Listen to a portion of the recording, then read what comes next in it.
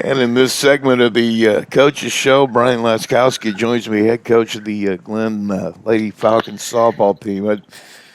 I saw your score last night. I mean, I would like to say that surprised me, knowing what you got back, I mean, it looks like you just hit the ground running. Yes, we did hit the door running, and I will tell you that we had 4 games canceled already. We got canceled on South Central and Kankakee Valley and Couts, and we had some games get canceled. So we had a lot of extra practice time. So then when we actually showed up yesterday for batting practice before the game, I had a few angry girls with bats in their hands, and it kind of showed on the scoreboard last night. We've been canceled on enough times, though. I'm getting my rip tonight. I can guarantee that. and a lot of them showed up and put forth the effort on it and came out with I won't say easy win, but came out with a pretty good win for us. Well, let's talk about that a little bit too, because you're going to hit that conference schedule here, and these early games.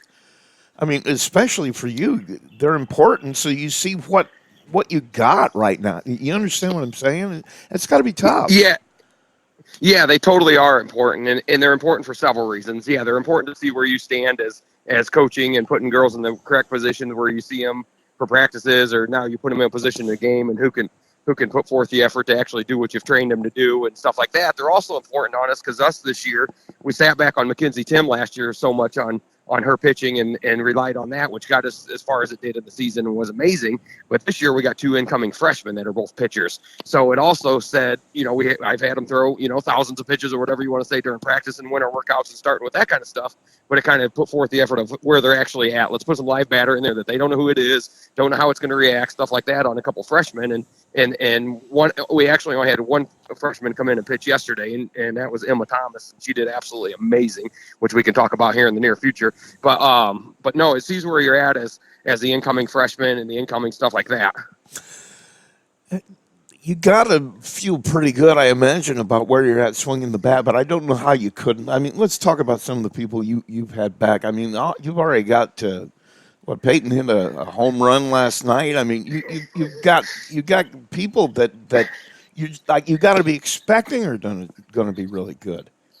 Yes, yes, yeah. Peyton's been a blessing for all 4 years coming in as we knew she did and making an all-state team her freshman year, and was just, as I've mentioned in the times past and everything I've ever told anybody about it, she's dangerous with a bat in her hand, and it just proves it, and it's getting to the point now where some of them, she's not going to win every game for you. She's not going to stand up and do all that, but she's going to be solid every game for you. She's going to be, there's different ways of thinking about it, and she's by far, with a bat in her hand and stuff like that, she's the best player on our team, and I could say that from a coaching standpoint, not being biased at all. If you look at the stats and look at her history and look at that, she is the best player on our team offensively without talking about it, hands down. And so you're always going to get a few of them out of that. And then you even coming up to the coaches or the players or the people that know her going into the games and, we're going to pitch around her, we're going to do this. You can do that. But then we kind of set our batting order up strategically around that, knowing that, okay, let's pretend that they intentionally walk Peyton every single time. That's not going to happen, but let's pretend like they do. Okay, well, who's going to come up next and bat her around, or who's going to come up and push this stuff around? Because if they're going to come out and intentionally walk her on it, we're going to make them pay for it. So let's put another bat in the hand right behind her that's got just as much power, or 90% of the power that she can come up with, to, hey, you're going to pay for it. So you might as well just pitch to her, and you might only give up 1 run this time, but if you put her on base, you might end up giving up 2 next time. So make them think about it as well. So yeah, she's been a blessing for, like I said, all 4 years, and just a powerhouse with us for offensively. I'm looking at a lot of names I saw last year. I mean, and they're still young. Most of the names I'm seeing. Your daughter had a good game, obviously, last night. You just got a lot of folks back. Yeah, Kiera Meadway stepped up a lot too. She only played 4 games for us last year, and then went down with a season-ending injury. And she played 4 games for us, ended up batting like 600. And I know it was non-conference, ended up batting like 600 in 4 games, hit a home run, had a half a dozen RBIs and this and that. And then she sat there and was a cheerleader the whole rest of the season, sat in the dugout just eager and eager and eager to get out there and play. So this year she's been, since winter workouts, been to every single thing. I don't think she's missed very much, and then obviously been to every practice, and now starting into games wise. She had a heck of a game yesterday, and the wind wasn't blowing in 15-mile-an-hour yesterday, she would have had one out too, because she hit one 8 inches off the top of the fence last night that would have went out if there wasn't no wind. And but yeah, she's been another bat that's been consistent for us, and looking forward to a great season out of her on her senior year this year. She's a senior as well, so looking for a great season out of her this year also. But yes, as you mentioned, we got Lexi Balger, who's a junior, who's going to pitch for us and pitch well for us. She pitched last year behind Tim all the time, and she's picked up her batting a ton this year. So she's become a better, more lethal stick in it. And then I got this Smigelski, this Addison Smigelski, who we're putting as a 9 batter right now, and we're doing that strategically as well. She is unbelievable strong, unbelievable powerful. Football runs in her family, and she ended up picking up a softball bat. She's a big, powerful girl. She's got plenty of power, so we've been teaching her about bat speed and teaching her about different stuff that way, and it's connected. In the last 2 weeks of practice, her eyes have just lit up. She's like, all right, I'll pick my glove up, but I really want a bat. And I'm like, all right, we'll go do defense. And I'm like, I know, girl, everybody wants a bat, but she's becoming dangerous with a bat in her hands. So we're putting her down there at a 9 spot for right now. She's only a sophomore, and then so we're putting a sticker in there saying, hey, let somebody pitch to this 9 like their normal number 9, and then she's going to tattoo a ball here or there, and then we're going to get started with the top of the lineup again and kind of stay solid that whole way through there. So we're hoping that works for us to start off. But yeah, she's another dangerous one with a bat in her hands. Talk about your pitching. I mean, obviously you've got the returner, but you got your freshman. I mean, talk about those guys. Okay, so yeah, we got Emma Thomas, who comes in, who's Peyton's little sister, and trust me, they put as much time and effort into Emma as they did Peyton going into it, and she just so happens to like to pitch. So she comes in as a freshman, throws 4 or 5 different pitches. She's got a great drop ball. She throws a curveball as a freshman, and then obviously got a fast up and a change up, and she throws a rise ball here and there. So she's got different pitches that she comes in. Got a ton of coaching experience behind her. She's very well coached. She's very well mannered. She's a great kid, and just going to be an awesome pitcher for us this year walking in as a freshman. She's got a little more speed than Lexi does as a junior. She doesn't have quite the location that Lexi does quite yet, but she does come in and very valuable to us, and we're going to use the crap out of her all year long and looking forward to what she can bring. She does hit well. She's for a freshman, she's a way above average freshman. But as on our team, she's probably an average batter, maybe a little bit above average batter that way. But as a freshman, she is well above average. We just have a ton of strong sticks that are returning as juniors and seniors this year. So yeah, we plan on pitching her quite a bit and going that way. Then we got another one, Mia Wilton, who pitches and plays the outfield. She plays the outfield absolutely amazing and just comes into being a pitcher also. She's also been well coached for many different years and many different places, whether it's travel ball and stuff like that. She's been coached well. She doesn't quite have the speed as the other girls do, but she locates very well too, and she's very coachable. She listens very well. She understands what you're saying. She asks questions. She reacts to whatever you're putting down to her, which is amazing to me and a blessing for us that she does listen so well on it. Then she plays the outfield. Mackenzie Klein graduated last year, and I'll give her some more props on it. She was probably the best outfielder I've ever seen in my life coaching wise. Unbelievably fast, hit the ball really well, left-handed. She's down at Huntington playing amazing. But anyways, didn't know if I could fill her shoes in some stuff. So we had different stuff in the gyms and all winter workouts, but that really doesn't tell you what a girl could do in the outfield, stuff like that. So we get her in the outfield once we get outside and it finally warms up just a little bit. We don't need it a lot, but man, we had to get it some weather warmed up. So we got it warmed up a little bit. We get her outside and she covers an absolute ton of ground. She reads a fly ball probably better than any freshman I've ever seen. It's unreal. How she reads a fly ball, and then she's got a straight cannon on her. She throws the ball very hard from the fence to center field. She's never hit a relay hardly. She gets the ball to second base, gets the ball to third base 95% of the time, sometimes on a one hop to third base, but she's got a straight arm on her, and looking forward to her doing great things too. And she's also she was our number 4 batter last night. We're gonna have to knock the nerves off her a few different times here and there, but she bats, but she bats very well. She's very coachable. And she's going to be a standout. She might take her another year or so, but I'll tell you right now, she'll be a Glenn softball standout. She's got a lot of future ahead of her. And I'm looking at this. You got a nice mix of young and old. I mean, you got to feel good about your program overall. I mean, you mentioned that they get good coaching when they're younger. That makes a huge difference when they get to you, doesn't it? It does make a huge difference. Yeah, so we got a youth league just a quarter mile or 1 block down the road that puts a ton of time and effort into baseball and softball. I won't put it on just softball. They do a great job down there at at the youth league for baseball and softball. They've got some very important people that were president, vice president at that place for a long time. And basically, they were all about the kids. I was on that board for a few different years where my daughters were going through it playing softball. I sat on that board, and it was all about the kids. It's not like, hey, we need to make money. Hey, we need to do this for a business. Hey, we need to do this. We're going to lose money if we decide to do this. Those conversations were never had. The conversations were, what can we buy to make the kids better? What kind of this can we do? Can we get more screens? Can we get more? What can we do to get drills? Can we get different colleges? We had Bethel University come down. We had Ancilla come down. How can we get these girls training and get different stuff just to get them better, get them involved? And they come up with some sayings down there about love your glove. Hey, love your glove. And the girls start laughing about it. And I'm like, no, you need to love your glove. This thing's going to be important to you as you get older. And it's paid off to us. I've coached my daughter since T-ball and just kept working our way up with them. Did I ever think I was going to be at the high school level? Honestly, not. But I followed them all the way up and just kept moving forth through it, and it's paid off for us. So that's what it takes. And I mean, I'm speaking to a choir if they know what they're doing or they've done this before, but it takes people just to put time and effort into them. I mean, It's just, they only know what you put into them. So as we got them at a younger age, we put a ton of time, ton of reps, ton of stuff into them. And it does pay off into it. Now a lot of girls come and go and they fizzle out. They pick a different sport. Some of them come back, some of them don't. But the ones that stick it out all the way through, it totally shows. So, yeah, it is bringing it up a funnel program that pays off in the high school. Well, I'm looking at your schedule. You're going to need all the help you can get. You got Rochester coming up Saturday. They just beat Plymouth, and Plymouth looks pretty good this year. You got your conference schedule. I mean, you just got a lot of heavy-hitting teams. Yes, we do. Yeah, we do. We always talked about getting out of the NIC, get out of the NIC so we can get away from these other schools that are way outside of our league, and I respected that and wanted to do that. But then you could turn back and you're like, wait a minute.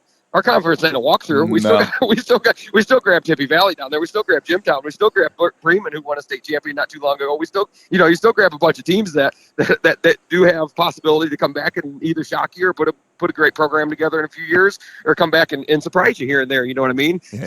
So yeah, it does have it's not a walkthrough conference by any means. And then the non-conference we pick up some tougher games. You got some South Centrals and Kankakee Valleys and some other programs that have been good for years after years. So yeah, no, it's not a walkthrough at all by any means. We got Rochester this weekend along with Pioneer in that doubleheader that we're playing. But yeah, no, it's not. There's not too many gimmies, if you will. You know what I mean? Yeah, I'm not seeing any as I'm looking through this at all. But you got some NLC schools in there and all kinds of stuff. As you mentioned, Bremen they're almost just reload every year. So yes, yeah. Yeah, they do. Mike does a great job over there. I enjoy coaching against them. I've done it many, many years. But, yeah, I've always enjoyed going over to Bremen and playing. Let's talk a little bit about how you feel about where you're at. I mean, you've had only one game. You had your whole off season, but now you've seen them play a game. Do you feel like you're where you want to be at this point? Yeah, for the most part. We did play Triton last night. Like I said, I won't take it as an easy win or anything like that. But no, we did have, I will say we had no errors last night. We played well. We got a junior, Sophia Lizzie, who's just an absolute standout for us defensively. She's won the Defensive Player of the Year, voted on by the players since she's come in here. So she's Miss Consistent with a bat in her hand. She's not a home run hitter, but she's played the game very long time. She knows the strike zone unbelievably well. And she's Miss Consistent. She hits the ball solid. She finds gaps, stuff like that. We come back as a coach. I've always said, you got who's your best player on your team, or who's this or whatever. So we can say that, Peyton Thomas is going to be your best player offensively on your team. Then you look back as a coach, you sit in the dugout, the girls are playing, and I'm like, who's your most important player on the team?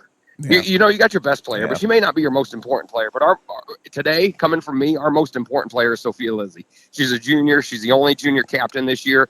And she shows it. She talks every single pitch. She talks to every single girl in the dugout. She's always positive about stuff. And trust me, she has down days. She strikes out looking. She'll strike out here. She'll make a mental error here and there, but she always has a positive attitude. She's always pushing other girls up, trying to make girls their best, whether it's on and off the field, whatever it is. Every time I see her in the hallways, we're, hey, coach, she's always got a smile on her face. She's always positive. And to me, being a captain at her age and her level, she's probably our most important player on the team this year. Well, man, I want to thank you for taking the time. I appreciate it. Like I said, I know you got a game tomorrow, so good luck at that. And we're going to see you in a week. We've got your game at Plymouth coming up, so I'll be bugging you for a pregame before much longer. Okay, not a problem at all. Yeah, I always appreciate it, and good talking to you. It's Brian Laskowski, the head coach at John Glenn. We'll be right back. And on this segment of the Coaches Show, it's Curtis Norman, the head high school track coach at Plymouth High School. I know the last time we talked, you were excited about your guys and excited about getting the season going. And after seeing some of those times the other night, I imagine you're even more excited now. I was. It was a good meet. It was a good first meet, good indication. There's a lot of positive things. I'll just kind of dive on into it. Out there in discus, had two boys throwing 120s. Freshman Tavion Warner threw 126, and then Creighton Macias threw a 121. That was awesome. Kaz Hunt, he's gotten quite a bit bigger, faster, stronger. Last year in vault, his best was 10 feet 6 inch, and not yesterday, but on Monday against Rochester, he vaulted 12 feet. Wow. Which we just got a new pole for him so that he can hopefully move up. We had rented a pole from a company down in Indianapolis. Hopefully he can bump up another, at least 6 inches, maybe a foot. If he can vault 13 feet, he might have a chance to be a sectional champion, which is extremely, extremely encouraging. And then Kaz and Ellery both got 5'10" in high jump, which, first meet 5'10", that's great. Both of them at 6 foot look so good. And so just with a little more work, they both easily could be able to get in 6 foot. Had a freshman clear 5'4", which was extremely super pumped about. Elleridge took first place in long jump. Jordy Gass won or didn't win the 100. He was second in the 100 with a 11.6, which there's a little bit of a tailwind, so that might be a little fast, but still good. But then he turned around and won the 200, our 4x4, 4x4, 4x8. All looked phenomenal. No, it was a really encouraging meet. Hunter Shipley won the 400. Hayden Fallstitch won the 800. Freddie in the mile went under 5 minutes. It was a good meet. I was really encouraged, extremely excited. So, and coming into that had to be one of those meets where you kind of figure you got a really good shot of winning it as a team. But, it seems like your guys took the challenge of, we're not going to look at that. We're running against our own times. We're running against the track itself and not let it get into their head of maybe this is going to be an easy night for a win. Correct. A couple of the events like the 800, I really loaded it up with a bunch of guys, and I said, hey, I want you all to race each other hard here just to give me a little bit of an indication of where we are and who I'm going to select then for like next week for the varsity 4x8s. And that was the way in a couple of the different events. And the guys rose to the occasion. It was a good meet. I was really proud of them. And I got to think, from your point of view, it makes your job easier when you figured out what guys are going to run against themselves even more than they run against an opponent. Yep. That's the nice thing about tracks. It's pretty black and white. Either you're faster than the other guy or you're not. It's nice how I don't have the subjectivity of a basketball, football, softball kind of sport where you have to pick and choose kids. A little more subjective. Running at least a little more black and white for me. How has your workouts been this week? You feel good about where you're going? Yeah, nothing crazy this week. Just we had a meet on a Monday against Rochester Caston. We've got a meet today against Triton, Oregon Davis. Just some local teams again. Put guys into a couple of events. So like yesterday, Wednesday, we did a little. Not yesterday, 2 days ago, Wednesday, we did a little bit of a workout. Nothing crazy.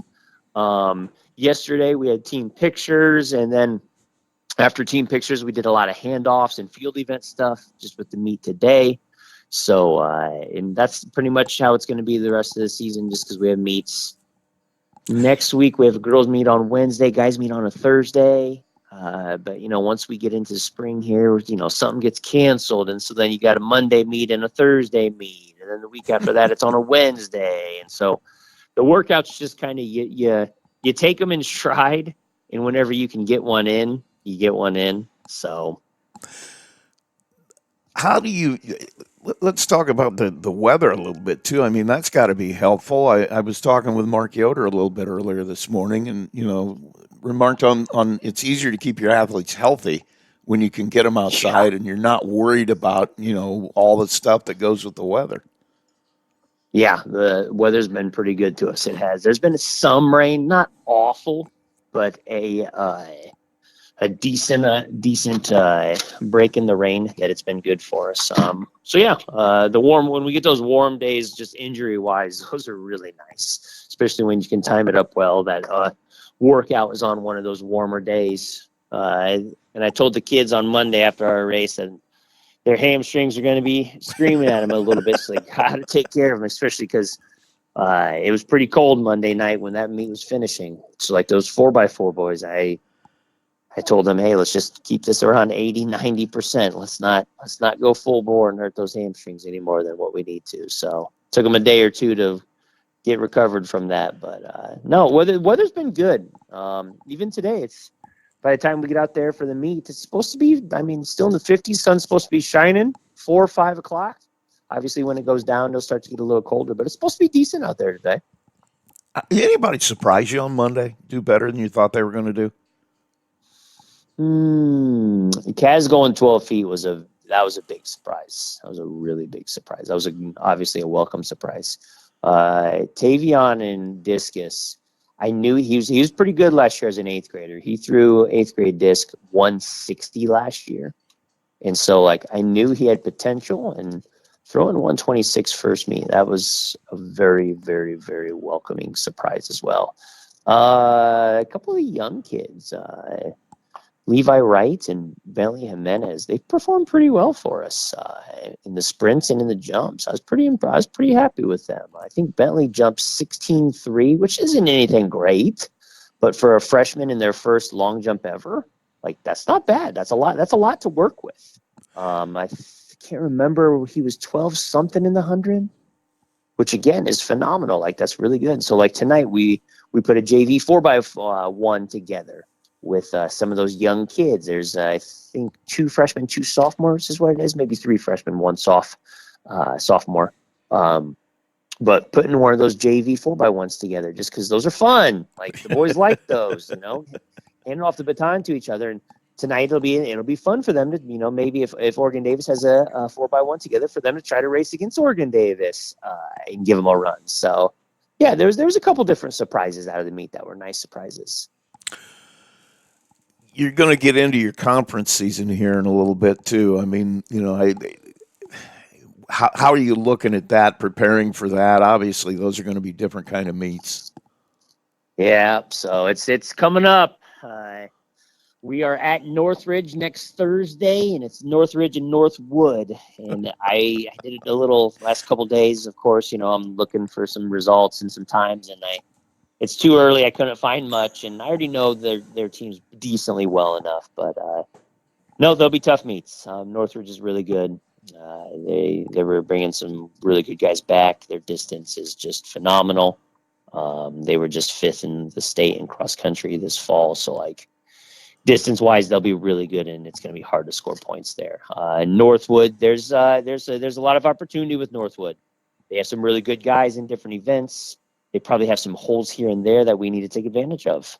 And so we'll see. You could go into it and you could have a great meet and lose by 20. You could have a great meet and win by 2. You never know. So we'll get into the NLC competition and really get the idea of where we're at. And it's also Northwood is now a sectional opponent for us. So this first NLC meet, it's a big deal. It's a big deal. We got to make sure we take advantage of all opportunities. Listening to you talk a little bit earlier, you mentioned somebody really all over the board. I mean, where do you feel you're strongest now? It sounds like your field events are where you want them to be. Your sprinters, your relay teams. Really, like I don't want to jinx it, but like this is a year that we cover all the areas well. I don't think we have a down area this year. In past years, and I don't want to say we have a down area, but you lack in some areas year to year. But we have solid kids across the board this year in all of our events. And where I maybe in my head we maybe lack a little bit, I think we have potential within weeks of training to get to a good spot for like a sectional. So, no, I'm pretty positive that I've got a good outlook on this season. So we'll see where it falls though. Well, and a lot of times it comes down to numbers. I mean, you may not be down in a certain area, but you don't have those 2 and 3 guys that are going to help you score points. Correct. Yep. I was talking with Corey Walters, one of my assistants. We were talking about this yesterday, and to win a sectional, you really need 2 guys in every event. And you need 2 solid guys. That's where, like in our NLC meets, like that's where Warsaw does so well, is the fact that they always have 2 people in all the events, and just that's where you get the most points, obviously. So yeah, I'm pretty excited. Well, man, thanks for taking the time. I appreciate it. I know it's meet day, so you probably have a lot on your plate today. And It's a busy day, that's for sure. we'll stay in touch. We'll catch up with you here maybe in a couple of weeks. All right, sounds good. Thank you, Rusty. It's Curtis Norman, the head boys track coach at Plymouth, and we'll be right back. And Kurt Christensen joins me here in the Saturday Morning Coaches Show, head coach at CMA. And I was just looking at your roster before we started to talk here. You got a lot of new faces this year, and some good old ones, but a lot of new guys in that roster this year. Yeah, that's right. That's right. We graduated an awful lot last year. And so a lot of new faces. We've got a couple of veterans in our junior class and a couple in the senior class that'll have to lead us. But the exciting part is we've got a lot of new faces and a lot of young kids, and it's going to be fun to sort of watch this group grow throughout the spring. It's always fun for me to look at rosters at the academy too, because you got there's some football players on here. You got a lot of multi-sport athletes, and that's got to feel good because you got guys that are used to competing. Yeah, we've got a couple of fall athletes, some football kids. We've got some winter athletes. There's a hockey player, and a swimmer, and a wrestler. So we've got kids that doing a little bit of everything, and I love multi-sport athletes. I believe in it, and one of the key reasons, of course, is that they know how to compete and fight and respond to adversity. But beyond that, right, the multi-sport kid is also one that usually's got pretty good body awareness and can move pretty well. They develop vision, and then I think one of the things we don't talk about enough is that often these players are put in different roles in different seasons, and so in the fall they might have a very different role than what they do in the spring. And I think that having different teammates and being coached by different people, but also having to serve their team in a new way can really be a big benefit.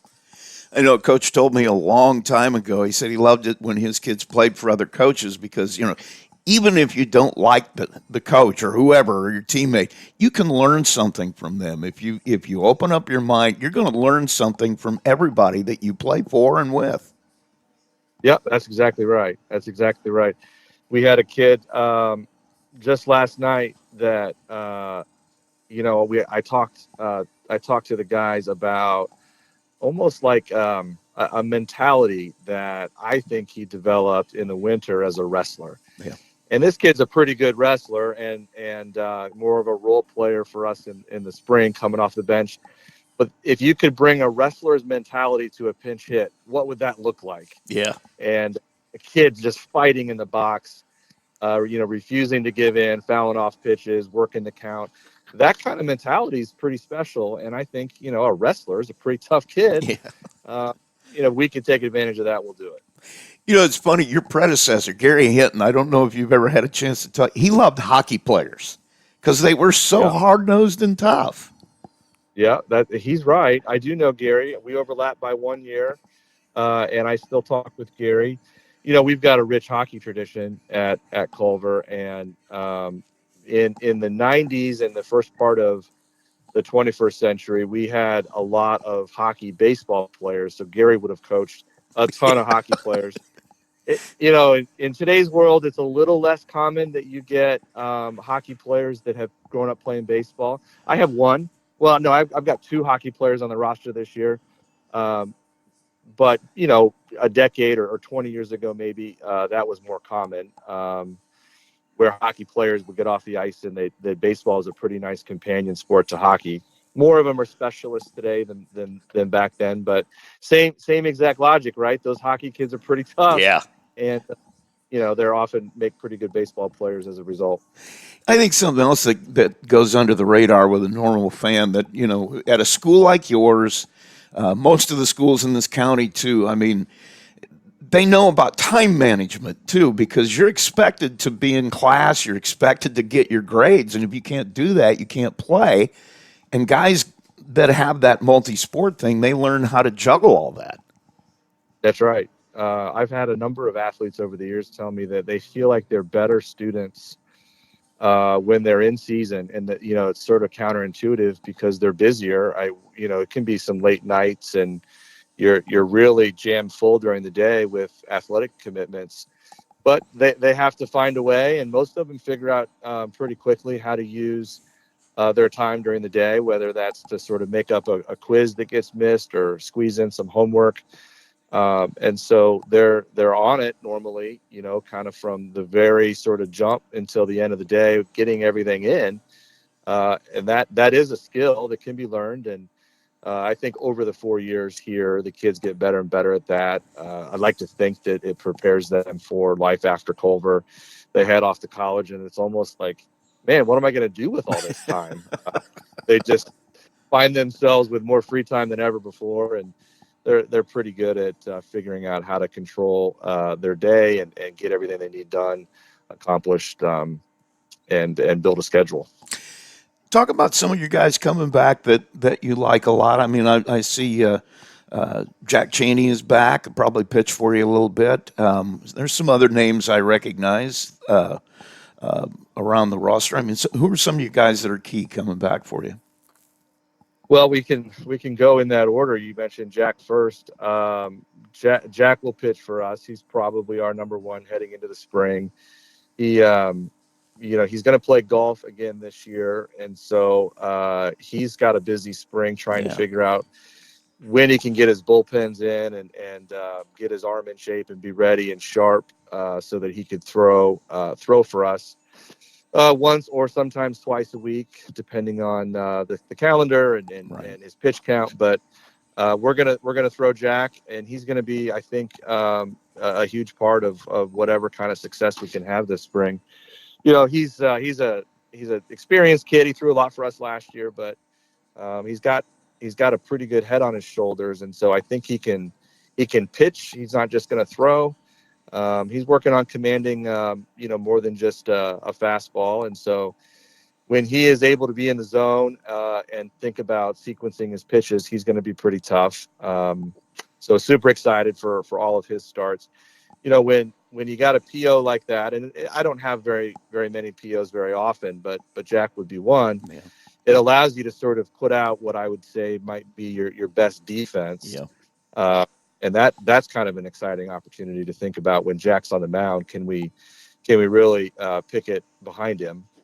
I would say the most important bat coming back is Max Grunberg. Max hits from the left side and has a little pop. I think if we could get Max going pretty consistently, that would be huge for our ability to score runs. If he gets ahead in the count, I think he can hit fastballs pretty hard. So it'll just be a matter of getting his pitch and not missing it or falling behind in the count. But he could be probably our best bat, I would think. And then we got a little speed out in center field. Ainsley Ritchie can run. You probably remember him from football. Yeah. Ainsley's a tremendous athlete and has some good wheels. He bunted for us last year, and that's how he got on base, man. He just would get the ball down and fly. And so if we could get him to be a little bit more consistent at the plate and find his way on base any way he can, he's going to be a terror on the base paths, and he can really, really chase it down in center. So those are the returners that I think are high impact. We've got a couple juniors that are back, Max Grube and Jack Kaplan. And then the rest, after that, we've got a few other role players, but after that, it's going to be some youngsters, and I'm sort of excited to see what that looks like. I was going to say, you got some freshmen on that roster. Well, obviously, Frank, I know him. He's a Plymouth kid. Oliver Obermeyer, a Plymouth kid as well. So I've seen them play actually when they were younger, and they're good players. But is Will Harris a brother of somebody that played before? Because seems like Harris has been a name you guys have had over the years too. Yeah, no, Will is from Fort Wayne, but not a sibling of anyone that Okay. I've coached. He's got a twin sister that's here, and dad is a grad from the mid '90s. Guy named Ryan Harris, but I'm really excited about Will. You're right to point out Frank and Thomas. They're both pretty good baseball players, and are going to have to kind of figure out varsity baseball as we go. But I could actually see all three of those freshmen eventually playing pretty big roles for us. I think, Frank's learning to catch. He's a little bit undersized and inexperienced, but he's super coachable. He's got a great starter kit. I think as he starts figuring it out and gets stronger and more experience, I think he's going to be a pretty good player. Thomas is a little bigger, a little bit more physically ready, and he moves well. You probably saw him move well all winter on the basketball floor. Tremendous athlete. So whether or not Thomas can figure out how to hit varsity pitching right away, we'll see. But he sure moves well, and I think looks the part. And then back to Harris for a second. Lefty from Fort Wayne, plays summer ball over there, and so he's very smooth, very poised. Doesn't strike you as a kid that is like still trying to figure it out. Doesn't look like a freshman, and I'm super excited to see what he does on the mound. He could have an impact for us right away, and again with all three of those. Kids, like I think in a couple of years they're going to be really good, and so the future's kind of exciting to think about. I was going to say, like you said, with a freshman, it's getting used to what varsity baseball is like, because there's a huge difference between that junior high level and then up into the varsity level. Getting to game speed is probably, especially with the schedule you guys play. You don't really have any confidence builders in there for young guys. Yeah, I that's right. I mean, I think that the speed of the game will be a big part of it. At the plate, of course, it's seen a little bit of velocity, but also guys that will throw their curveball, sometimes in a fastball count and can throw it for a strike.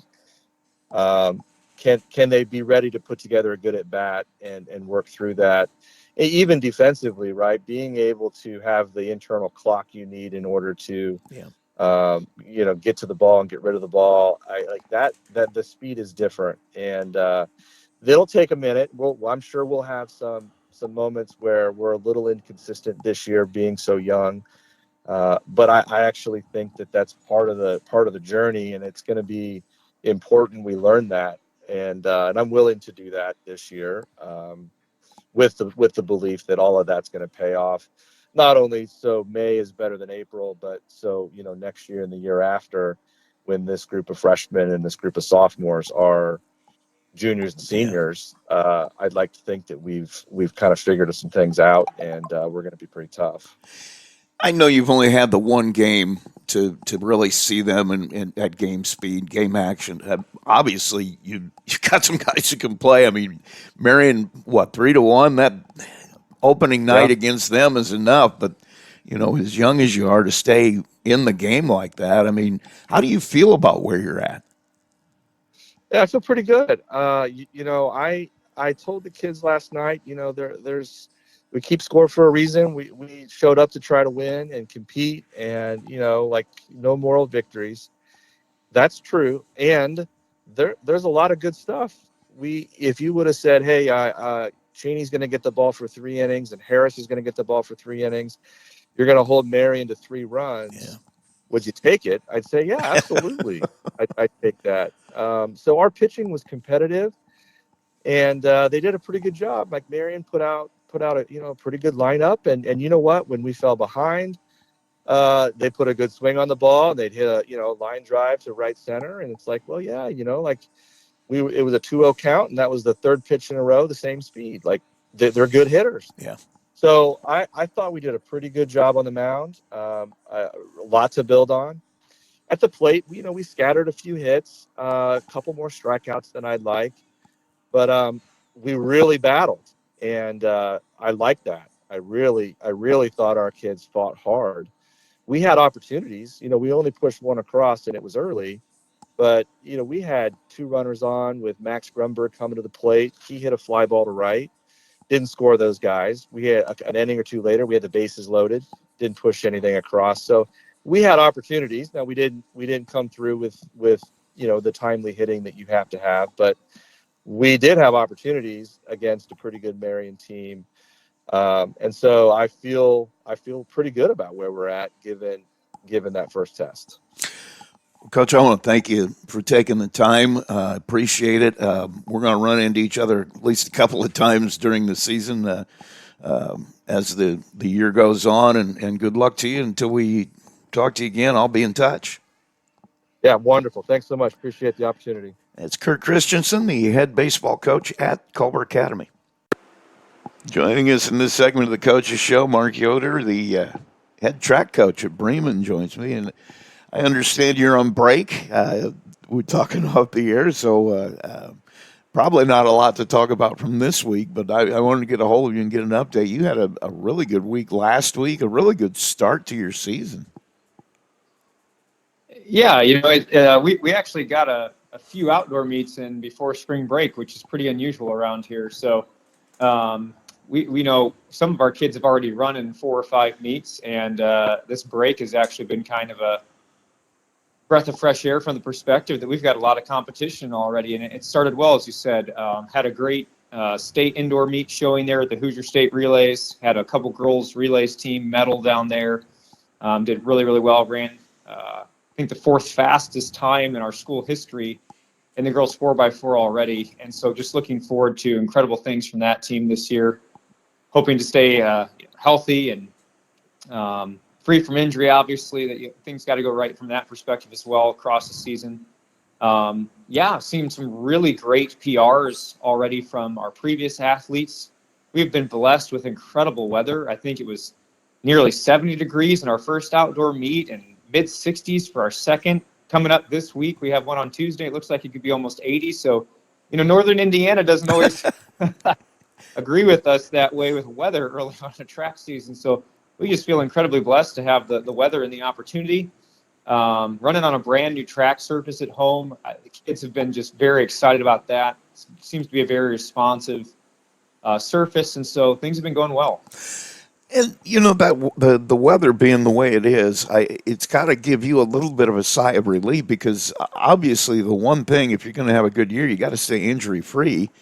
And if the weather cooperates, the new track as well, I mean, that gives you a good shot of getting everybody through the season, back into the tournament, into the sectional and all that, healthy and able to do their best. Yeah, absolutely. There's a lot, obviously, in outdoor sports we can't control.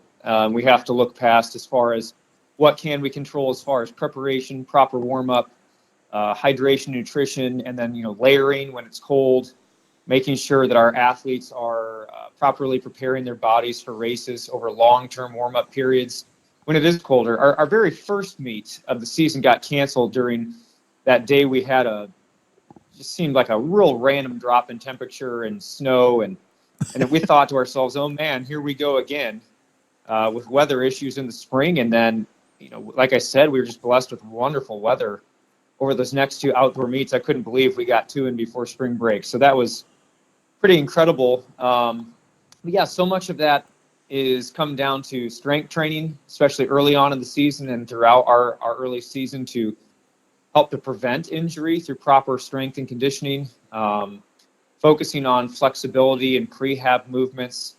I talked to a lot of coaches. One of the biggest things athletes tend to deal with early on, and we may have touched on this before, but just shin splints. Oh, yeah. Increased mileage and surface changes. And so just that's been better this year with a much better track surface in general. But I think also just continuously trying to improve the knowledge of our athletes, so they have even small prehab things they can do on their own to prevent things like shin splints. Kyle Zuber, our trainer, does just an incredible job of working with our athletes and working with our coaching team to try to prevent and also rehab when necessary. So, yeah, a lot of success is going to boil down to whether or not you can remain healthy. And I'll be honest with you, Rusty, we've got 3 meets coming up after the spring break, which, it concerns me a little bit just with that recovery period. So I think we're going to be looking at probably reducing athlete participation in a few meets just to protect people as they come back from break. We got a big invite we really enjoy going to down at Winamac this next coming Saturday. And so we want to do well there. And with 2 meets before that this week coming off of spring break, that's always a little bit of concern. And where are kids coming back from? Those are things in high school we just don't control. We hope for the best as far as our student athletes taking care of their conditioning and trying to maintain over break. But reality is, we're not a college program. We're not a professional track team. So there's a lot of that as coaches we don't control, and we have to rely on our athletes making great decisions over those break periods. Generally speaking, I mean, what you've seen so far, I know you've probably figured out individually, each person, okay, they're here now. We can probably get them to here. This is where they should be there. Generally speaking, are the times where you would like them to be at this point in everybody's season? Yeah, so far, I think there's a few individuals who would say, I'm not where I want to be, as they've been writing their goals and reflecting on a few meets. We have some individuals that I think want to be a little bit past where they're at right now. But as far as when we look at the team and we look at both the individuals and the relays on our team, we're very pleased with the early season progress and even blown away, honestly, in a good way, of how well some of these times have been coming in off the track. Like I mentioned, some of our relays really just picking up right where we left off last year and not necessarily anticipating having a hard time doing that, but just being extremely pleasantly surprised with how great we're running early season. Again, some of that has to do with experience and kids who take their training seriously, and then also just great weather as far as the outdoor meets, great competition on those indoor meets. Some of the younger athletes, though, coming in, you set goals and then you wonder, all right, did we overshoot this? Did we undershoot it? Where are we going to start at? But I think the goal setting, even for our younger, less experienced athletes, has gone extremely well. We've already hit great times there with some of our freshman athletes, great distances and heights. And so as a coaching staff, as we look across our season results so far, we're incredibly pleased. We think we have tremendous potential still to continue pushing them. And I think our experienced athletes, they know how to fine-tune those things early on. It's going to be spending time with our less experienced athletes, with our younger athletes, really starting to fine-tune their workouts, setting goals that make sense as far as going into our latter season meets and conference if they get part of that, sectionals if they get to be part of that. But overall, extremely happy with what we've seen throughout all of our events. And I think, again, we don't control weather. We don't control days where suddenly it's colder or really windy. But barring the things we don't control, I think we're in a really good spot going into this second part of our season. Let's talk about your girls a little bit, and individually, especially. You got Emma. She's just kind of elite, isn't she? I mean, in track and field, but she's also a great basketball player. There's really not anything athletically she can't do. Yeah, Emma has a humility and a grit and a desire to her she's developed over these past 4 years. And she does it with a smile on her face and a real determination. She is not afraid of any challenge. But yet, like I said, she keeps that humble spirit of, I know I can do better. I know I can continue to improve and I can help those around me do the same. She has taken on some incredible leadership positions for us. And she obviously, like you said, is leading by example in the way that she performs. She's hit a next level of her understanding of training. She's been putting in incredible amounts of work in the morning in the weight room with me in a class for years now. And you see that paying dividends in her strength and power. But what I love is her attitude of coming in and say, hey, coach, I want to fine tune my start still. I know that this start isn't going the way I want it to. Let's look at that. How can we change that? She shows a real desire for continued growth. She's not complacent in doing as well as she has. But I mean, yeah, her times in her events right now and anchoring that 4x4, she's already hitting times that, a couple years ago, she'd be winning a conference meet and a sectional meet with those times. Yeah. And so where she's at right now, I think she's excited, but she's certainly not ready to say, all right, that's good enough. She's wanting to push, and we're wanting to do that for her and her teammates. She's got such great experience on that 4x4 team with 3 of those girls returning from the state meet last year. Her fellow senior Sarah Saloff, her sister Kate, and freshman Lola Bender now, that they're trying to pull right along with that success and teach training principles too and have great expectations for her. But Emma is a catalyst for that, and she loves it. You see a real hunger, but that comes out of a love and a passion for the sport. And for some kids, we always talk about this. For some kids, track and field is a great way to condition and become more athletic and stay in shape for the sports that they would say is their number one. But I really do believe, Rusty, we have a lot of student athletes who track and field is their number one. Yeah. This is what they truly love to do.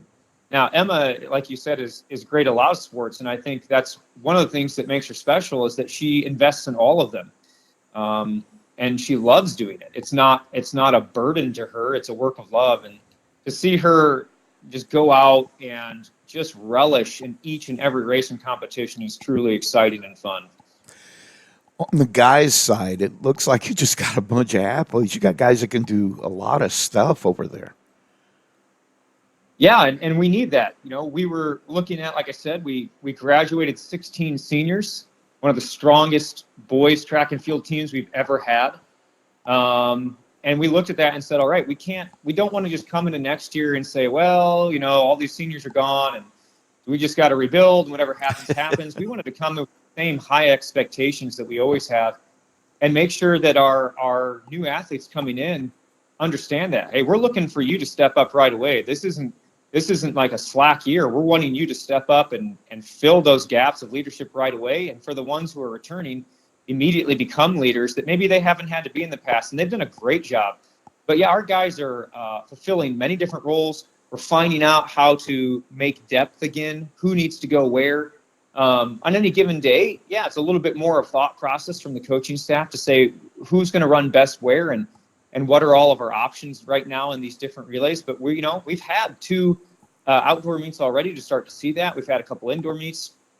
And so we're starting to fit those pieces together. And in the midst of that, we're seeing success. We're seeing, Caleb McClade, one of our senior leaders, senior captains, is coming in and just doing a great job in pole vault already. I know he has incredibly high aspirations for this season, but he's also coming back and leading us in sprints in the 4x1 team. Logan Fredrickson in the throws. He's been dealing with just a lot of, I would call it just getting beat up, to be honest. Yeah. As a great football player and wrestler, those 2 sports that are just really taxing on your body. So we're trying to bring him back to health, and he's already doing a great job of leading, though, in our throws and leading from an overall perspective on the team. Guys like Jacob Douglas, one of our sprinters, who maybe not a name you would have heard as much last year, just due to the number of seniors on our team performing well. But Jacob has stepped up and become our number 1 sprinter in our short sprints and doing a great job in the 4x1 relay, even running the 4x4 for us. And just that was a real surprise in an indoor meet. Say, hey, we're going to try this out. Jake, we need you to do it. Okay. He stepped in and said, okay. And man, just blew us away with how well he did there, his willingness to step up. So we're just seeing some great things out of our senior leaders, but we're also seeing great things from these young athletes who they stepped up to the expectations that we gave early in the season. It's got to be a challenge for you, and a good challenge that you have those options, those pieces you can move around, trying to make that chess match work of putting the guys in the right spot. Yeah, that's always one of those things when you have as much depth as we did last year, as I've referred to. You have tons of options, and all of them are going to work. And you already know that because you've had those athletes for 2, 3, maybe even 4 years with a lot of them from last year's team. So this year, what we're looking at is, all right, we know we have fantastic athletes returning. We've got great potential coming in. What we don't know, like you said yet, is what's the best combination, what's the right combination even for a meet. Sometimes the strongest relay you can run is not the right combination for that meet as you look at how you want to spread your potential out over different individual races, or how you can play the game when you go into invitationals. And if you're going to try to win an invitational, you have to look at point scoring. Yeah. We can only enter 2 individuals into a race. How are we going to pick up the most points from each individual race while still running really strong relays? And so it does become a game of how do we maximize the potential in each one of these field events, each one of these track events, to give our team the best chance to succeed. And then I think throughout dual meets and triangular meets throughout the season, sometimes we're not even looking at the outcome. We're looking at, all right, this is a meet where we're going to move some things around, and we're going to see what do these handoffs look like in this relay if we move some people around, if we change the order, if we adjust the distances they're running. What does it look like if we pull this particular individual out of the 800 and we run them in the mile instead? So those are the changes we like to make across the season, because the end goal is when you're heading into conference and you're heading into sectional, you have a pretty good idea, barring any type of unforeseen circumstances, exactly where your strengths can lie as you move those pieces around. And you can get a pretty good idea of what are these points going to look like if everything goes well. Well, Coach, I want to thank you for taking the time to talk to us again today. And we'll catch up with you again here in a couple of weeks and see where you're at. But, congratulations on your start so far, and keep it up, man. It's looking good. Yeah, much appreciated, Rusty. It's been a lot of fun so far. So we're looking forward to a great restart here after the break, and hopefully continued wonderful weather. It's always fun, isn't it? Trying to getting everybody back in for that first day of figuring out, did they sit on the couch all day and eat chips, or did they actually get out and run a little bit? So yeah, I'll be honest. There are a few things in the track season that give me quite a bit of angst.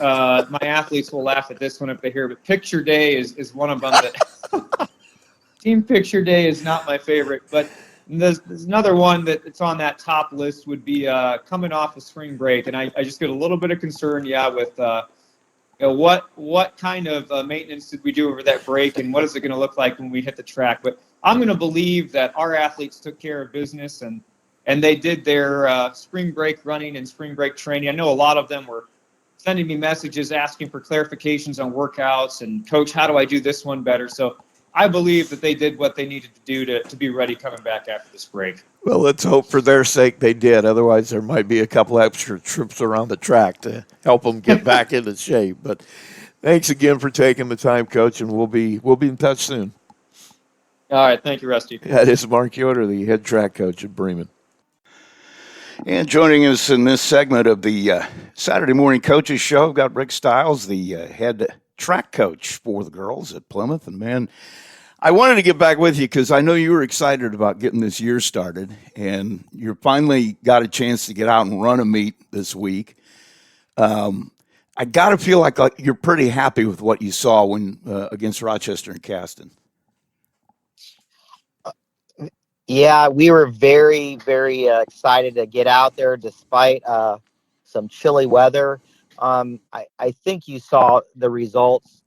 It showcased depth in the sprints, the hurdles, distance, and even our field events. So we were very, very happy. And it's one of those meets, too, where, I mean, the thing about track is you got everybody's times are in front of you. You have a really good idea how a meet's going to turn out for a large part, but it's probably a meet you felt like you had a good chance of winning both of them. But the good thing about it is you're also running against the track itself, and I got to feel like you're happy with the times and things that everybody ran. Absolutely. You probably saw like the 100, we had 2 girls that cracked 13. We got Alana Allen back, and then you get freshman Hayden Shipley that is just a competitor, and it was great to watch them running both the 100 and 200. Then you get Jersey and Eva Macy just battling out in the 100-meter hurdles, and we could just go on and on. Vivi Miller runs 4 races, gets 4 firsts. I mean, on and on and on. The distance girls, they did multiple events for a first meet, and they just ran smartly, and they had good performances. Do you feel like you are where you wanted to be with most of these folks? Because, like I said, you're running against yourself even in an individual race. Do you feel like they push themselves and have that instinct of, this is about doing the best I can do no matter who I'm running against? Yeah, I think certain races, you're spot on that the girls, hey, this is what our goals are. I think a lot of them were pretty darn close, but also like in our 4x1 and 4x4, our second team, which just showcases the depth, they finished in second place. So they beat some other varsity teams. So we were pretty happy with that as well. And that, in track, that's what it's all about. I mean, you can get all the first places in a meet and not win it.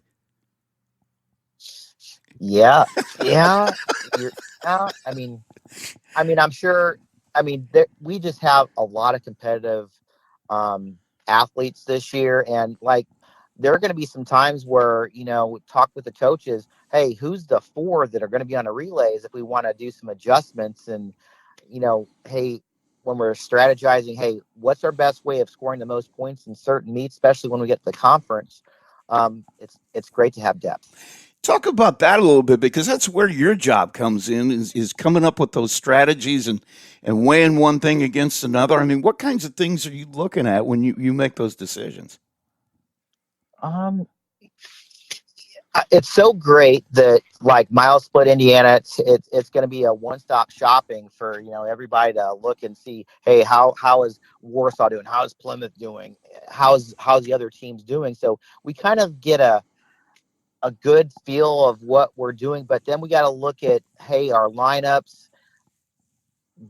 We definitely want to, number one, put our best feet forward, put the best lineup out there that can score us the most points. But we also have to factor in, hey, this season, it's going to come quick and it's kind of long, but we got to make sure we're keeping our athletes also healthy Yeah. for the big meets, the conference meet, and then sectionals and beyond. So it's great to have some coaches that, hey, you sit there, you talk to them, and then we're just talking, hey, have you seen this person, do, and then having Curtis, we go back and forth with both boys and girls, distance and sprints. I think it just helps us strategize and have a great game plan to be competitive, but also, hey, we want to get those wins in conference this year as well. Do you feel like your girls are in the shape you want them to be at this point? I mean, I know Atlanta's coming back off an injury. You got Jersey just out after the gymnastics season. Do you feel like they're rounding into shape? The girls that maybe came out a little bit later because of a winter sport, they're getting where you want them to be now?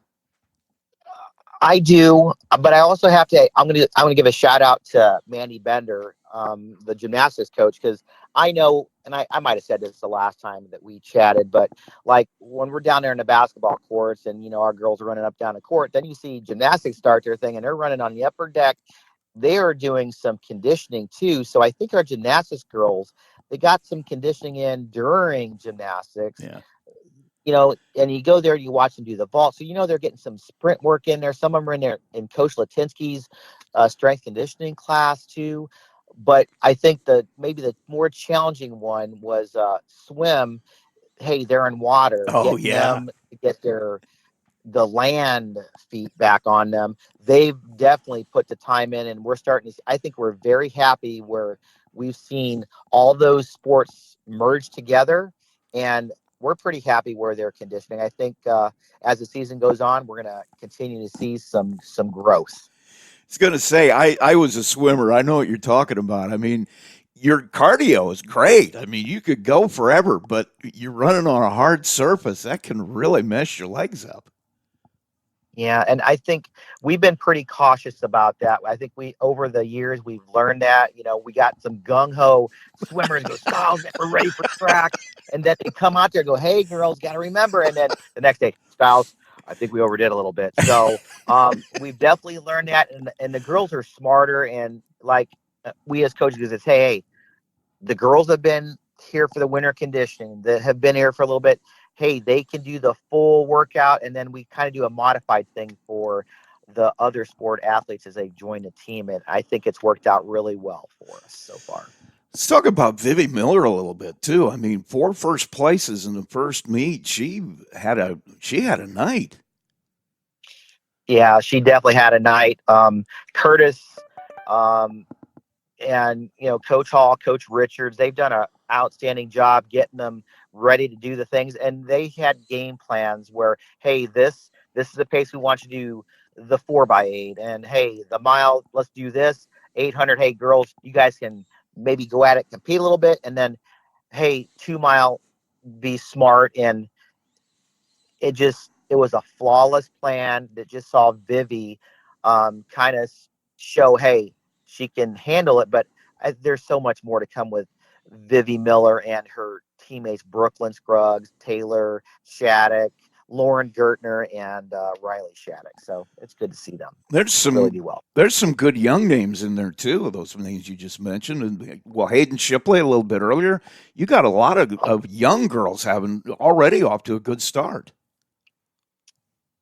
It's just good to see the feeder. I mean, just a lot of former students. Then when we're out there, we share a track with the Lincoln teams when they're out there. But it's a healthy system, and whether they're doing elementary Olympics or those field days and stuff like that, and you see that how much that they enjoy or they're excited about track. And they're sometimes you talk to them and you go support them in other sports or go, man, Styles, I can't wait till we do track. So, and vice versa, sometimes the track girls go, man, I miss swimming and stuff like that. So we get it, but man, it's nice to see those youngsters. I mean, I think you brought it up last time, our freshman group, they are not afraid to compete, and they see what the seniors have done for us for 4 years. They want to be that next group that can be special as well. Well, and with your freshmen too, I see some of those names. Some of those girls have been competing in more than one sport at a really high level. I mean, that's got to help too. Yeah, I mean, I think the word we kind of chuckled at last time. I mean, they're just battle tested, competitive, and it is nice to have, like, no matter what sport that they're in, they're just competitors, and they remind me so much of the freshmen when they were freshmen. So it's just good to keep going through the cycles of retooling. But now we have a great freshman group that's kind of pairing up with our seniors, but we also got some awesome juniors and sophomores that complement Yep. each other, and we hope to continue to do some good things on the track as a team. Talk a little bit about Atlanta too. I mean, it was good. I was really happy to see that she won those the 100 and 200 the other night. And I remember when she came in as a freshman, and I was thinking, man, she is just going to be electric by the time she graduates. And then had all that injury trouble. Do you feel like she's rounding back into shape where she feels good again?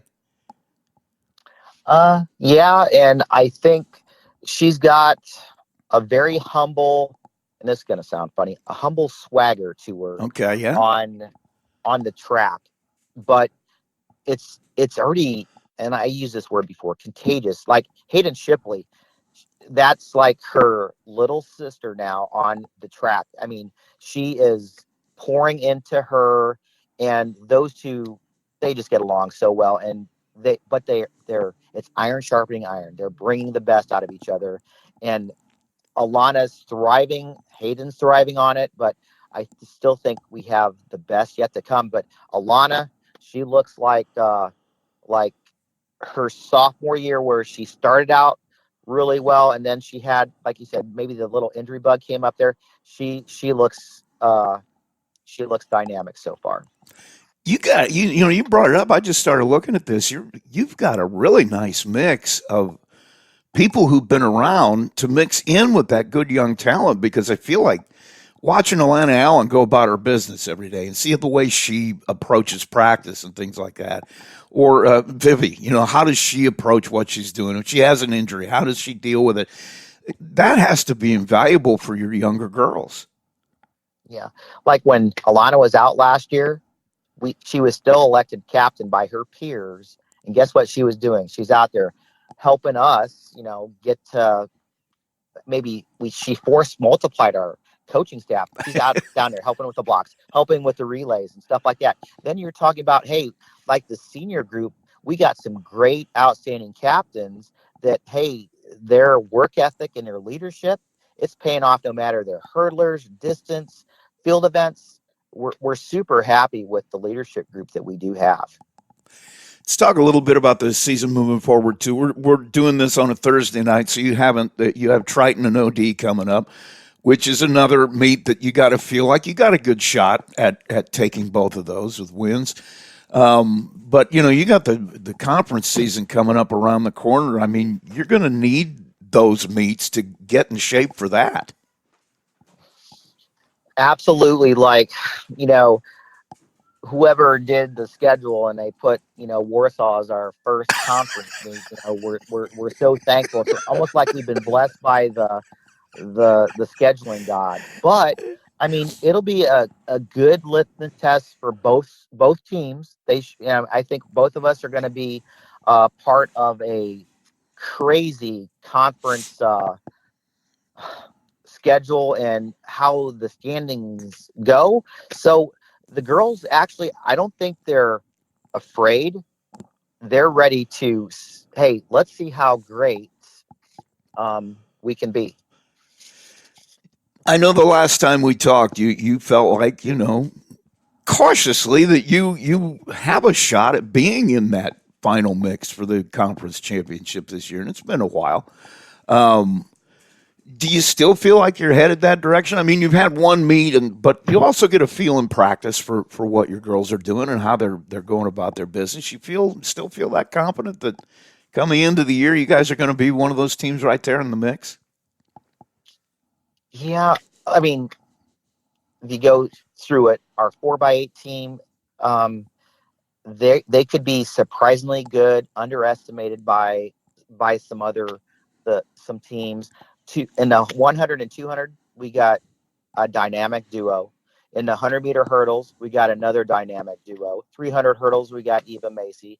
800, Lauren Gertner, and which freshman or is going to join her there, Vivi, and the mile or whatever distance we have in there. The mile relay, the 4x1, our 4x1, they could be very, very special. And our field events, I think I said this in the first one, and I might have said this in some other interviews I might have had about this. If they perform and they continue their development, the sky's the limit for us. How far or how close do we get to hoisting a conference championship, another sectional championship, and beyond? So I think we stay healthy. We keep doing what we're doing in practice by, hey, we're competing against ourselves to get better, and we're just striving to be better than the day before. I think that mindset, the girls, that they're dialed in, and we just got to keep pushing and preaching that. Coach, I want to thank you for taking the time. I appreciate it, and I promise you we'll get back in touch again real soon and talk about how you guys are doing. You can give us an update. Okay, sounds good. Hey, thanks for having me, Rusty. That is Rick Stiles, the head girls track coach at Plymouth.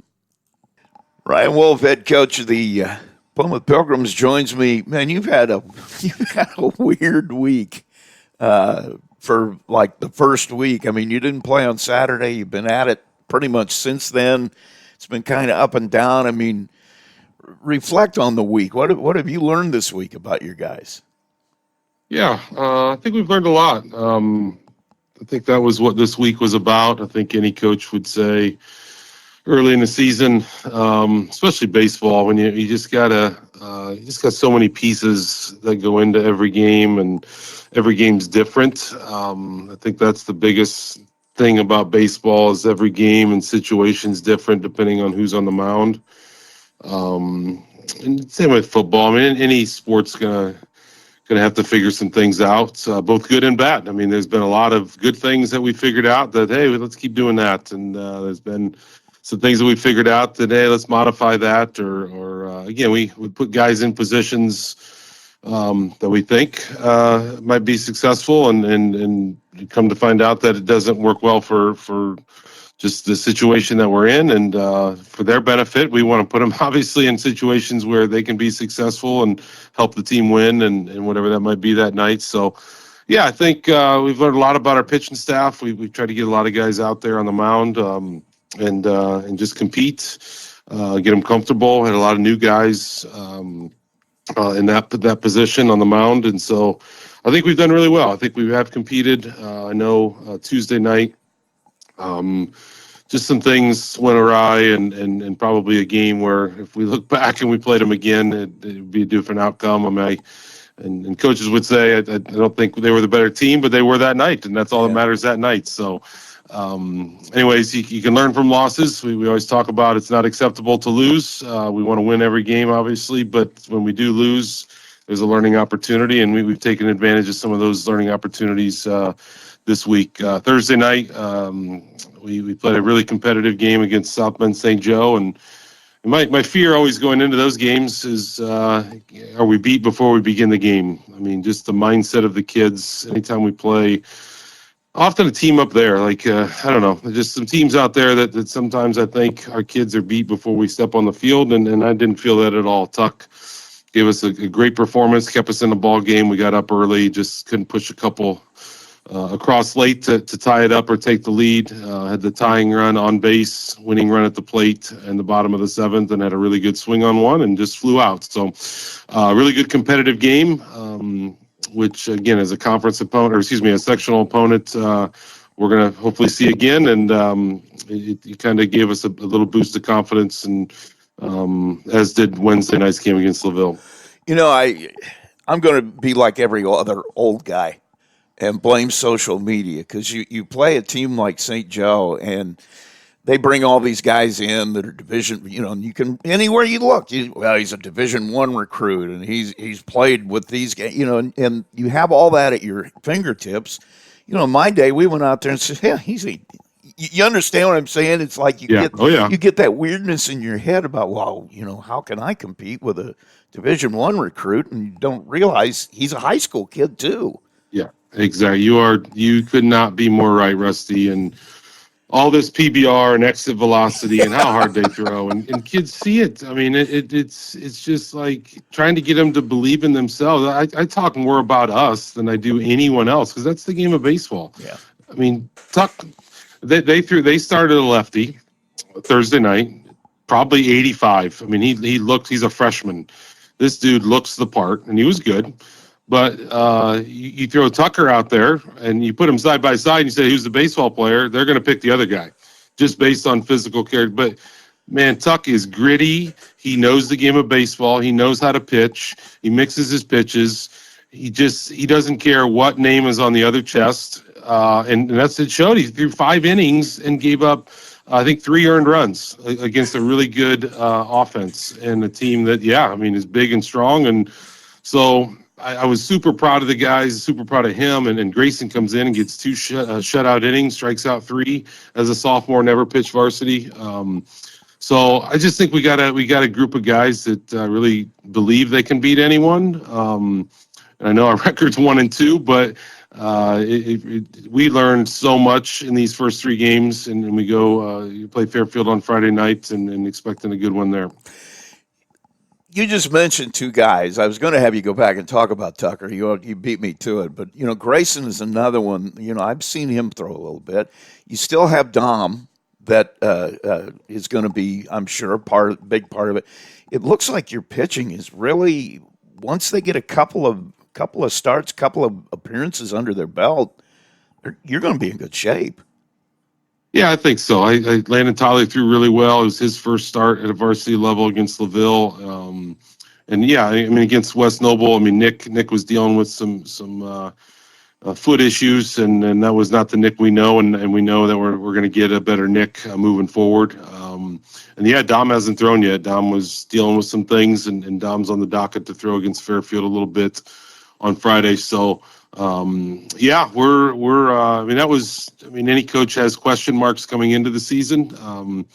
My question marks were, I thought if our bottom of the lineup could get on, we could be really good offensively. It was just finding ways to get on in a variety of ways at the bottom of the lineup. Obviously, rolling the lineup over with the returners that we had at the top of the lineup, and our pitching staff. I mean, just I didn't know. It wasn't a negative. It's the unknown, and they did prove some things this week. I think built confidence this week, and know that they got a really good defense behind them. Our defense infield wise has been really good.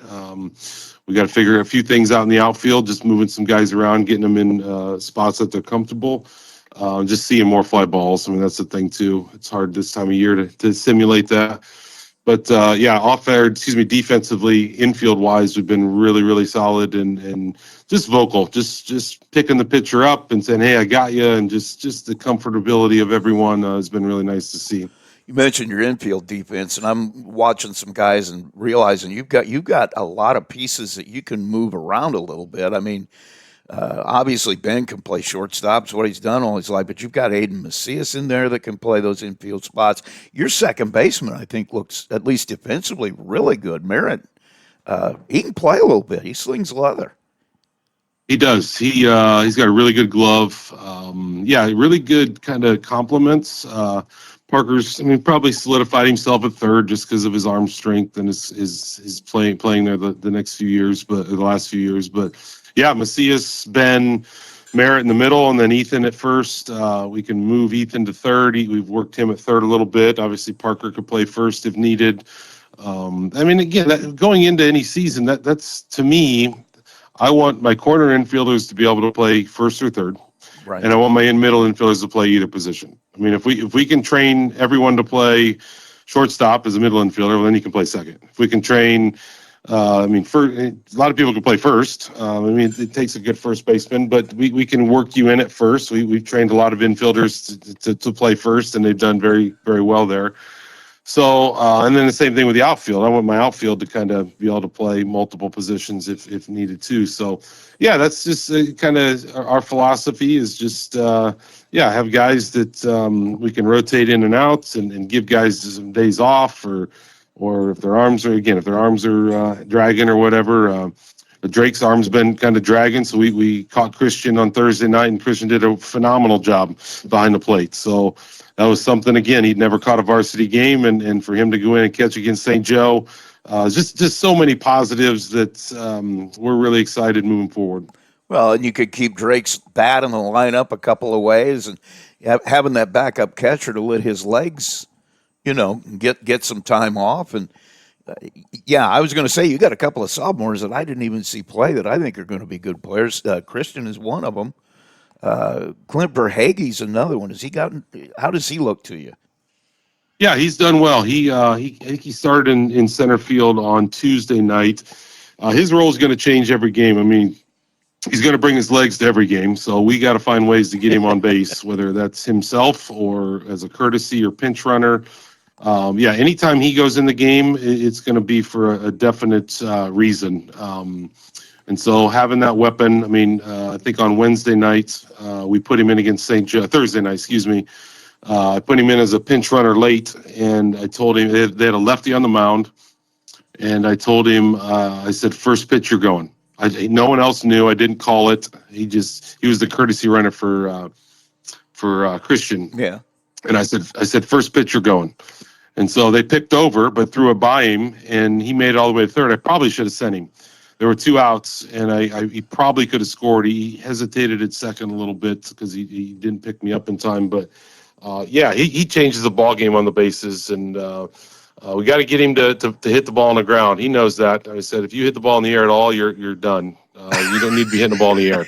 You need to be hitting the ball on the ground and beating everything out. So, again, another sophomore that had a really good, successful JV season last year. The more at-bats they get, the more comfortable they get, the more understanding they get of the speed of the game at the varsity level, the better they're all going to be. And they all got really good tools. And we're just, again, trying to find ways that we could use everyone in our dugout to maximize their abilities to help us win ball games on a nightly basis. What do you think you did best this week? What did you like the most out of your guys? I think the thing that really just was a major positive. I knew we were going to be able to hit. I thought we had some really good at bats. Two things really stand out to me, and I mentioned this after the St. Joe game to the guys.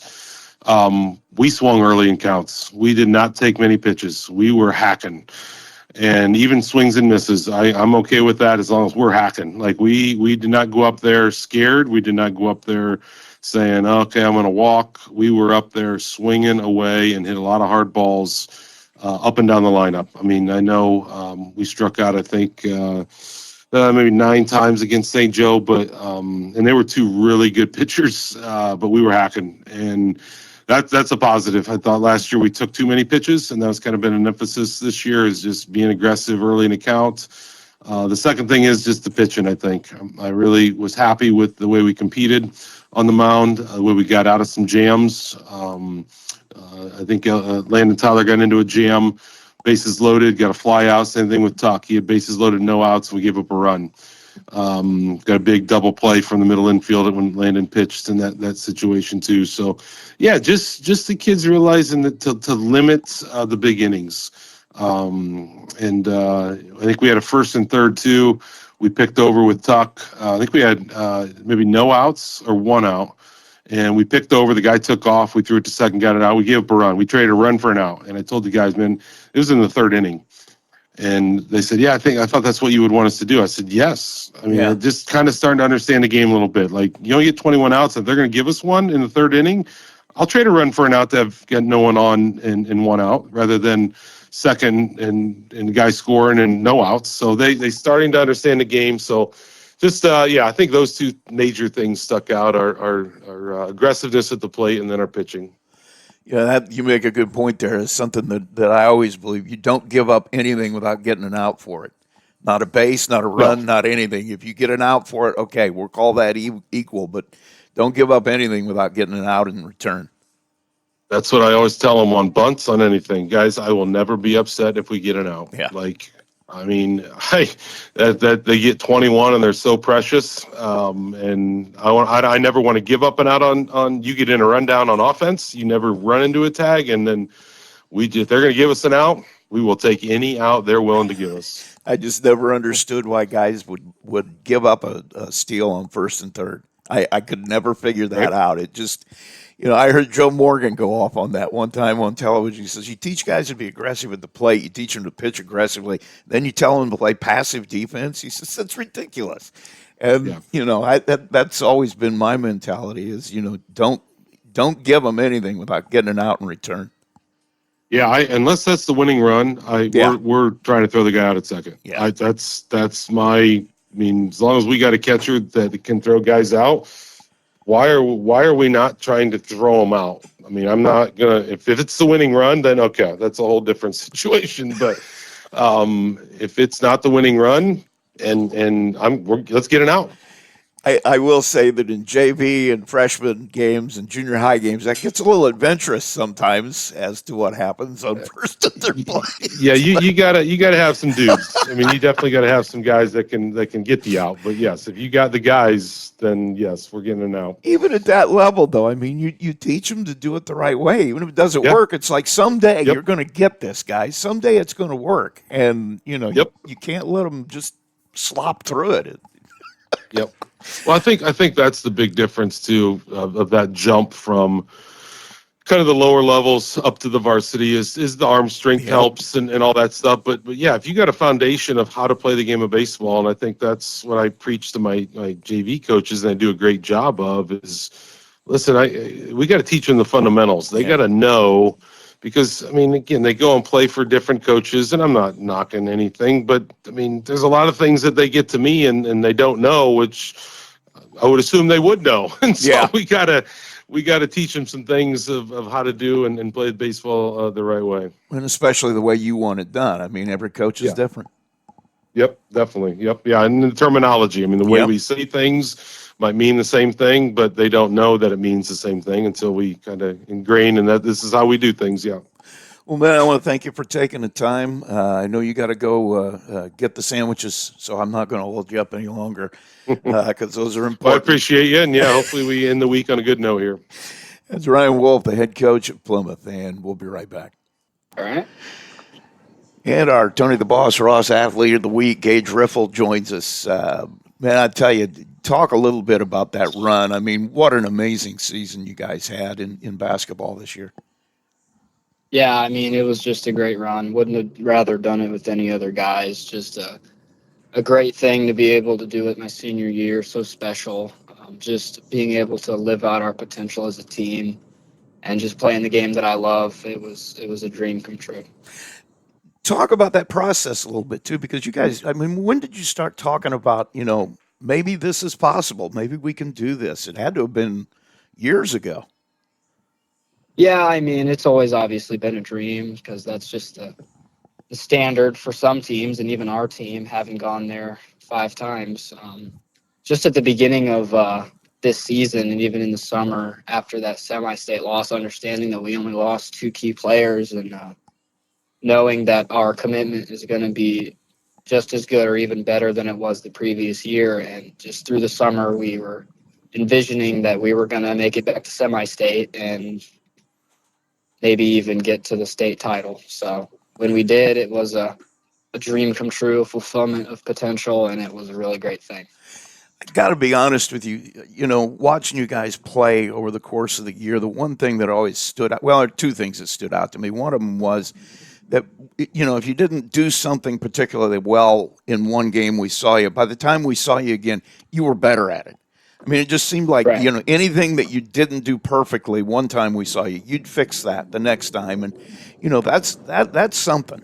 I mean, just playing as a team, because oftentimes, you kind of get into like a bubble when things don't go your way. You kind of lower your head and, worry about me. I would say I wouldn't say I necessarily had an issue with that, but just getting lost in the team is how our coach liked to put it. He would always preach to us about getting lost in the team, doing the little things right.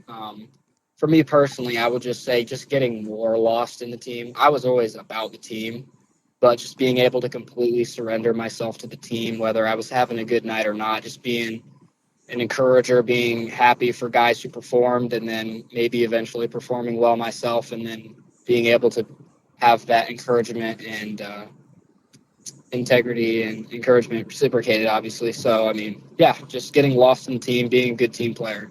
It also seemed to me that you guys, I mean, there was something about the body language, like nothing really bothered you much.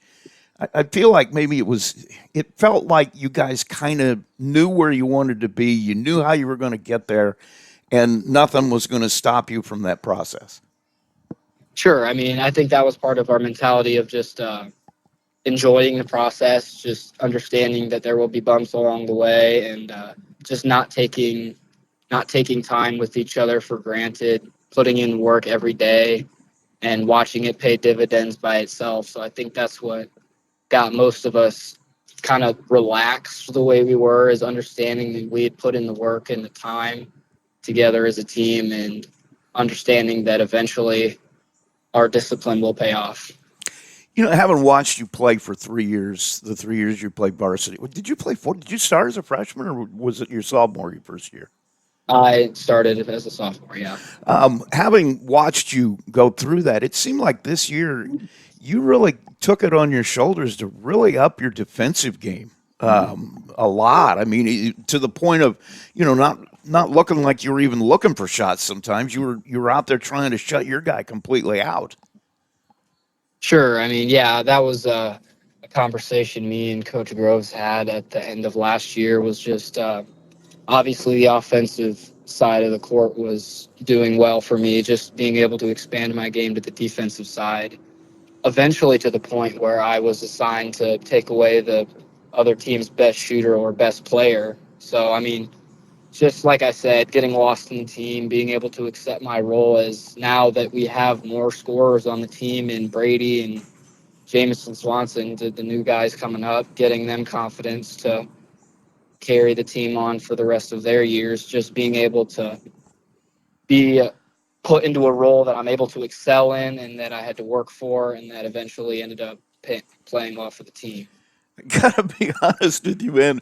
If being the guy that they look to shut down that shooter, that offensive player, and it's like given the guys you have that can play defense, that's an honor, man. That you were the one who were given that responsibility. I always give credit to the team. Our defense is our staple, but I mean, I'm just so honored that the work that I was able to put in was seen, and I was trusted with the responsibility of being a lockdown defender. Talk about your guys a little bit too. I mean, you played together for a long time. I'm sure you're going to miss these guys. Absolutely, man. It's going to be tough. The transition is already tough. I still see them around, but it won't be the same. The great memories, I'll never regret ever being friends with them. I mean, some of them I'll probably be friends with for a long time after this, but just being able to reflect on all the good times we had, there will never be a bad taste in my mouth from that. Let's talk about football a little bit too, because I got a chance to see the last couple of years play that sport too, and I got to admit, I loved watching you play football because there was a certain level of how do I put it, swagger. I mean, you were the quarterback on that team. You were the guy. Sure. Yeah, I mean, it was fun. I mean, I loved it. It was a really fun legal violence sport. I mean, it's fun. I mean, you grow up, you're thinking basketball or football from around here, and just being able to play both sports at a high level is just a great thing. I'm really glad that I was able to do it. It's a couple of times during the football season. I mean, my partner on football says, I said, what do you think they're going to call? He says, doesn't matter. He says, Gage going to take it on his shoulders. You can tell by the way he's standing there. He wants the ball. He's just going to keep it. And that happened. That happened. Yeah. Yeah, I was never scared to try to make a play. I got to believe you like basketball more, though. I mean, right? Yeah, I mean, yeah. to an extent, yeah. Let's talk about you a little bit. I mean, do you have a favorite subject in school?